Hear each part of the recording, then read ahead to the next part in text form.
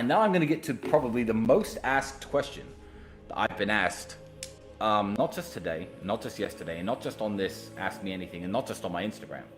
In the last month, the question that I have been asked the very most is, how has Andrew with two faiths, are you going to convert?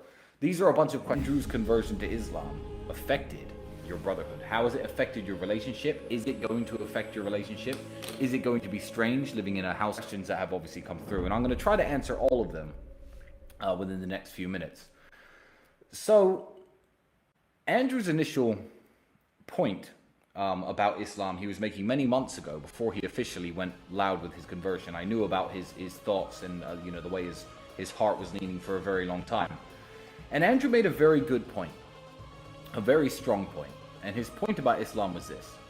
He said, if you walk around a Catholic country, a country like Italy, and you insult Jesus Christ, or if you walk around England and you insult Jesus Christ, you could say offensive things about him. You could tell an English person or an Italian, here you go, say something bad about Jesus Christ or your God. Here's some money. Will you do that?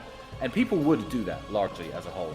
And also saying bad things about, Jesus Christ and their God. Nobody would face any repercussions. You could walk around the street freely saying these slanderous things, which is very rude and very impolite, and nobody would do anything about it. However, in the Muslim world, you see where I'm going here, such example is simply unthinkable.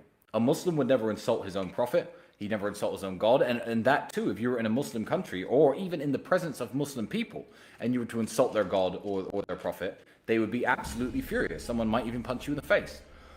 And that's very fair enough. But what Andrew failed to mention, which is a point that I think I'm going to raise right here, is there are people in the world who will punch you in the face if you insult Jesus Christ, and if you insult Jesus Christ or the Virgin Mary or anything. And those people are the Muslims. Now, if you don't know religion and you don't know religious history very well, then I guess you don't know that one of the most important prophets in Islam is Jesus, son of Mary, as they refer to him, or Jesus Christ, as us Christians call him. So this, Dubai, the Middle East, the United Arab Emirates, the Muslim world is a part of the world where you cannot walk around and freely insult Jesus. So I feel perfectly at home in the Middle East, and I feel perfectly at home living with my brother, who is now a Muslim. He's going to put a Quran up above his title belts in the house.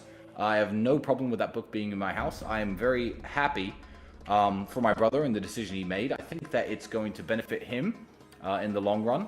I think that he's a lot happier than I've seen him in a very long time, and good for him.